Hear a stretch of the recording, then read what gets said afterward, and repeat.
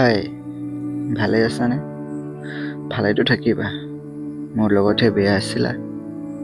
বহুত দিনৰ পৰা মেছেজ এটা কৰিম বুলি ভাবিছিলোঁ। আজি কৰিলোঁ। কিছুমান কথা আছিল, নকোৱাকে বৰ অশান্তি পাই আছিলোঁ। আৰু এটা কথা, এইটোৱে শেষ মেছেজ বুলি ধৰি ল'ব পাৰা। আৰু তোমাক আমনি নকৰোঁ, কেতিয়াও আমনি নকৰোঁ। কথাটো শুনা। কিয় এৰি থৈ গ'লা মোক এনেকৈ?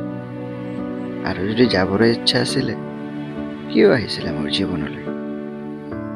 মইতো তোমাক একো কথা লুকোৱা নাছিলোঁ, না কেতিয়াবা তোমাক মিছা কথা কৈছিলোঁ।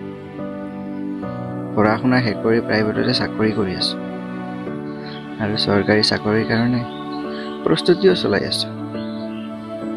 ঘৰত খেতি বাতি, গৰু ছাগলী, হাঁহ কুকুৰাৰ পৰা ঘৰখন চলি আছে। এনে বিলাসিতাটো নাই, কিন্তু সবে সুখী আছে।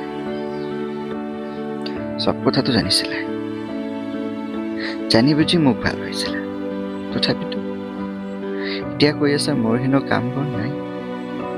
মই তোমাক লৈ ফুৰিবলৈ, খুৱাবলৈ টকা নাই। তোমাক ইমান সময় দিব নোৱাৰো। সঁচা কথা। টকা নাই সেইটো কথা নহয়, আছে, কিন্তু সিমানো নহয়। এটকা দুটকাকে ভৱিষ্যতৰ কাৰণে গোটাবলৈ ধৰিছিলো। সেয়ে ফুৰিব বা খাবলৈ বাহিৰত ইমান লৈ যোৱা নাই তোমাক। মানিছো, ৰাতি ইমান তোমাক ফোনত সময়ো দিব পৰা নাই। কিয় সেইটো জানাই, প্ৰাইভেট অফিচৰ চাকৰি, 12-13 ঘণ্টা কাম কৰিবই লাগিব। বৰ ভাগৰ লাগি যায় জানা। ভাত এমুঠি খাই বিচনাত গ'লে টোপনি লাগি যায়, আৰু কেতিয়া টোপনি যাওঁ সেইটোও নাজানো। আৰু ৰাতিপুৱা উঠিয়ে ঘৰৰ এটা দুটা কাম কৰোঁতে অফিচলৈ যাবৰ সময় হৈ যায়। এনেকৈয়ে চলি আছে জীৱনটো মোৰ। কি কৰিবা?